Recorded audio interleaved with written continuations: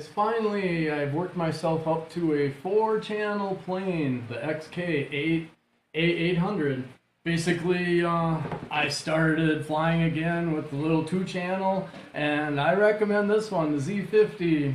In the high rate, it's crazy. You can just go left and right, left and right. You can do wing overs. I've had it upside down.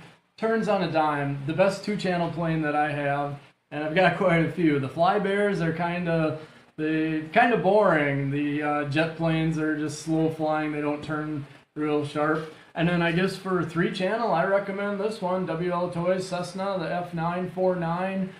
You can do loops with this. It's got the power to do the loops, and lots of fun. Flies really nice. That's the 3-channel, and long fly time, at least 15 minutes or something. And then a 3-channel, the crazy one for stunts. This one's unbelievable, the XK A100. It's got the differential thrust, the 2 motors, but then you have control over the elevator plus gyro in there. And I can fly it upside down, inverted. Just pull back on the stick to do your loop, and when you got it in this position, push the stick the other way to flip the elevator, and it'll fly inverted. And then eventually the gyros will bring it around the way it is again. And it does the Cobra maneuvers, just fly slow and all the way on the elevator, and it'll just fly like that. The kids are like, it looks like a drone. It just hangs in the air. So that's like the craziest 3-channel I got. The Cessna is an awesome 3-channel flyer, and this one, if you don't want to spend a lot of money on a plane, it's the cheapest one, and it just is unbelievable. So with all that said, nobody pays me to say that, but I'm just passing on my information. We'll open up this guy.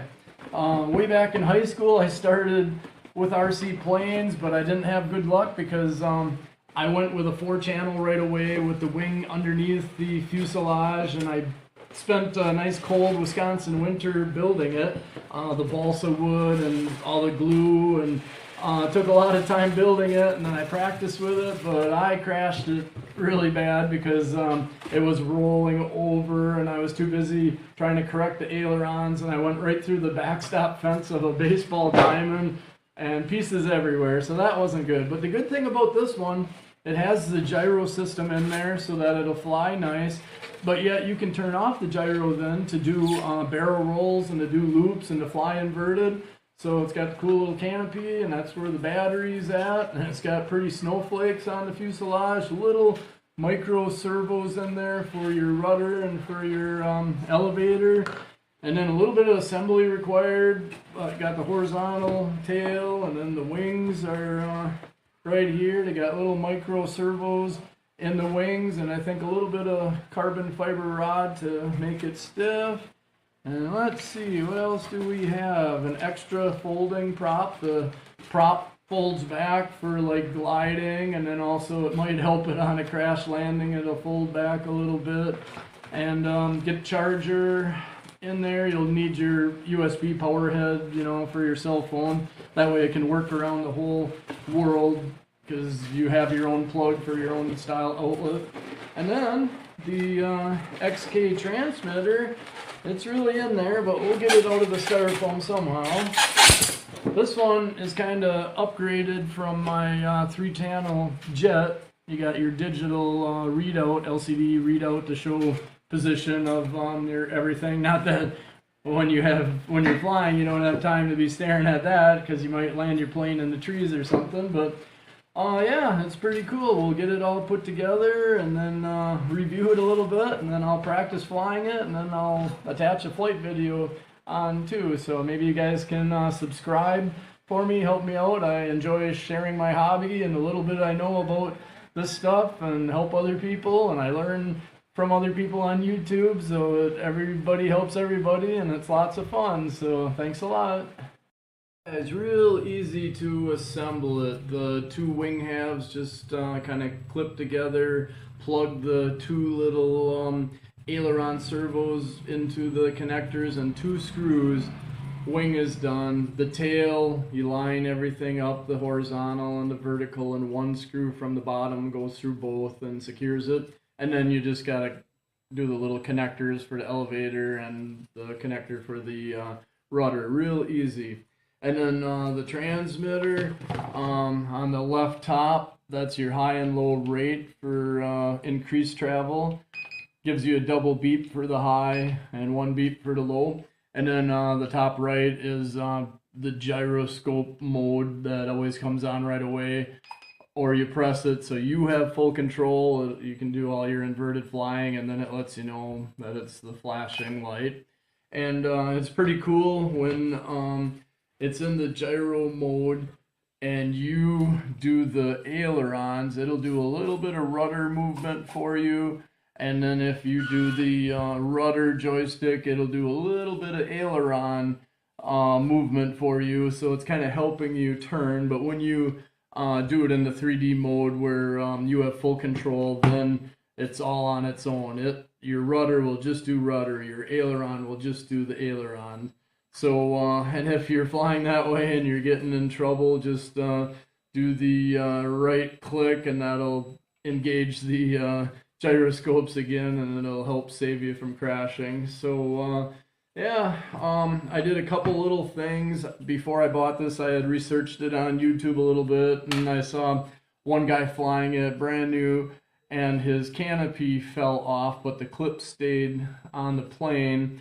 So I put a little extra glue on mine right away just to help glue the clip into the canopy a little better. And another guy that has a couple of these, he said the motors, after a while, they operate intermittently. It'll just stop a little bit in the air and then it will start again. And he found that the end cap of the motor was getting loose. So he just put a little glue on that to help stabilize it instead of buying a new motor. So I did it right away. I put a little bit of glue, didn't take the motor out, just a little bit of hot glue, and put a little bit of extra on there. So I guess those guys have these and they kind of know what the little issues are, so I just you know, did it right away before I have those issues. I don't want to lose this in a hayfield and try and find it later. Being black, that's a little bit hard to find. It's not blaze orange or something. So I'll do a little practice flying with it, and then I'll attach a flight video so